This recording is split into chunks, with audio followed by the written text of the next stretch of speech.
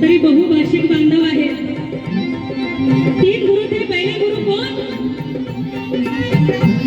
गुरु केले तथागताला.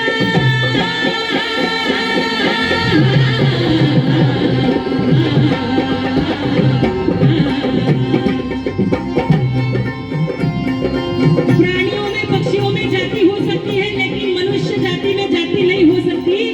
ये जिन्होंने कहा उन तथागत को बाबा साहब ने पहला गुरु कहा. गुरु केले तथागताला. गुरु केले तथागताला. संत कबीराला. क्रांती सूर्याला.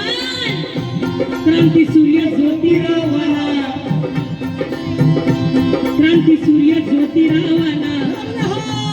माणूस सुखी करण्याला राजमहल सोडून याला. कोणाला? राजमहल सोडून याला.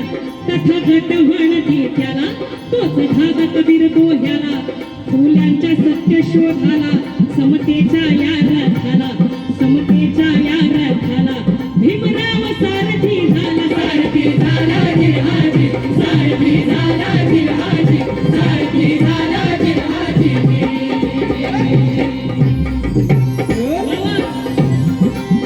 आणि अशा या महामानवाचा जन्म बाबासाहेब आंबेडकर का जन्म महू गांव में मध्य प्रदेश में सरकारी छावनी में 1881 1891 साल को बाबा साहब का जन्म हुआ. उनके पहले उनको 13 भाई थे, भाई बहन. उनके नाम किसी को पता नहीं है. 14वा रत्न बाबा साहेब. या 13 लोकांची नावं जर आज मी तुम्हाला सांगितली भाईंदरकर, तर प्रत्येक नावाला टाळी पडली पाहिजे. बाबासाहेबांची भावंड तुम्हाला आम्ही सांगतोय कोण होते. कोण होती? रामजी बाबा. बाबा साहब के पिताजी का नाम रामजी. तुम्हाला माहित आहे, मी हे निवेदन या मुस्लिम भगिनींसाठी आणि जे बहुभाषिक लोक आले त्यांच्यासाठी मी करते आहे. बहनों, बाबा साहब के पिताजी का नाम रामजी पिता, रामजी बाबा, और उनके माँ का नाम भीमाई.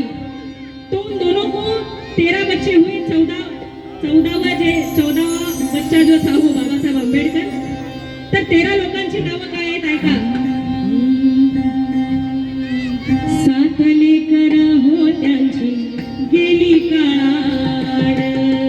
8वा पुत्र तो जगला. 7 लेकरं मारली, 7 बच्चे चले गए. 8वा पुत्र तो जगला. नाव बाळाराम.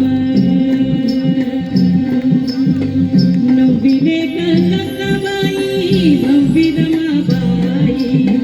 11वा आनंद. 12वी मंजुळाबाई. 13वी लेक झाली नाव तुळसाबाई. 14व्या रत्नानी नाव काढलंय. आणि मग या 14व्या रत्नासाठी